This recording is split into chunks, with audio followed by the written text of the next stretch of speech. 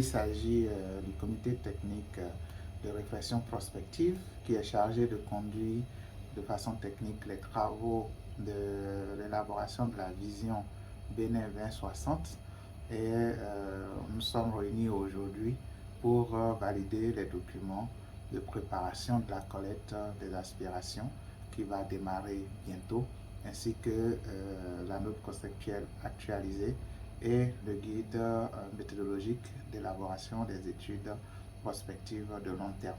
Ce guide d'élaboration des études prospectives de long terme est un dispositif de la loi cadre sur la planification adoptée au mois de mars dernier. Et ce guide servira de référentiel unique pour toute personne, entité publique ou privée, voyant élaborer des études prospectives de long terme pour sa structure.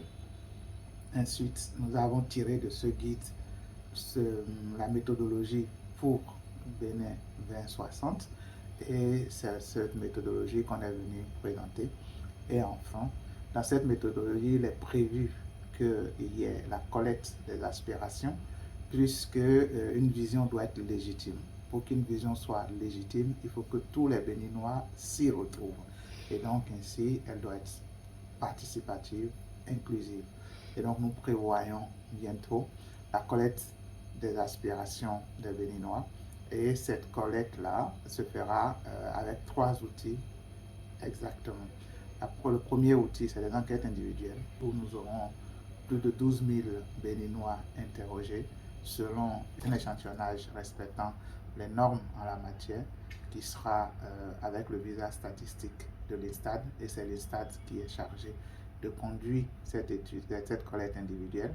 Nous aurons les focus group, nous en prévoyons plus de 600 sur tout le territoire national, avec un échantillon de plus de 7000 individus.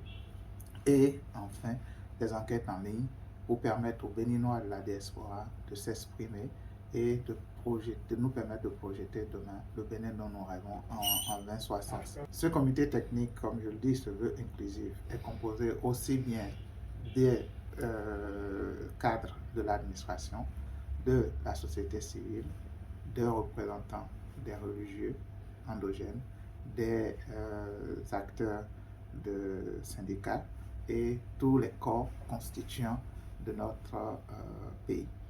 Et donc c'est ce comité technique, une fois le OK donné, a enrichi ces documents. Nous allons enfin bientôt, dans quelques jours, envoyer sur le terrain des agents enquêteurs pour démarrer ce vaste travail qui est en cours. Alors, ce que nous attendons de la part de la population, c'est une participation massive et franche.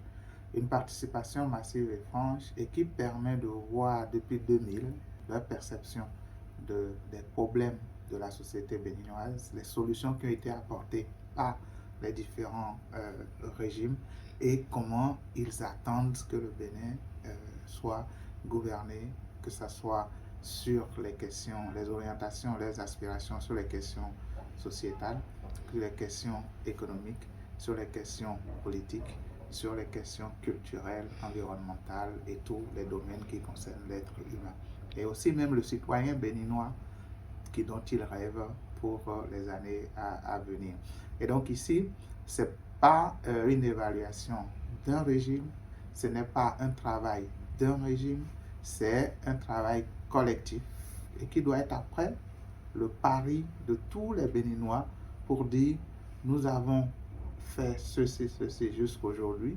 Nous pensons qu'à partir de 2026, voilà comment vous deviez conduire le pays.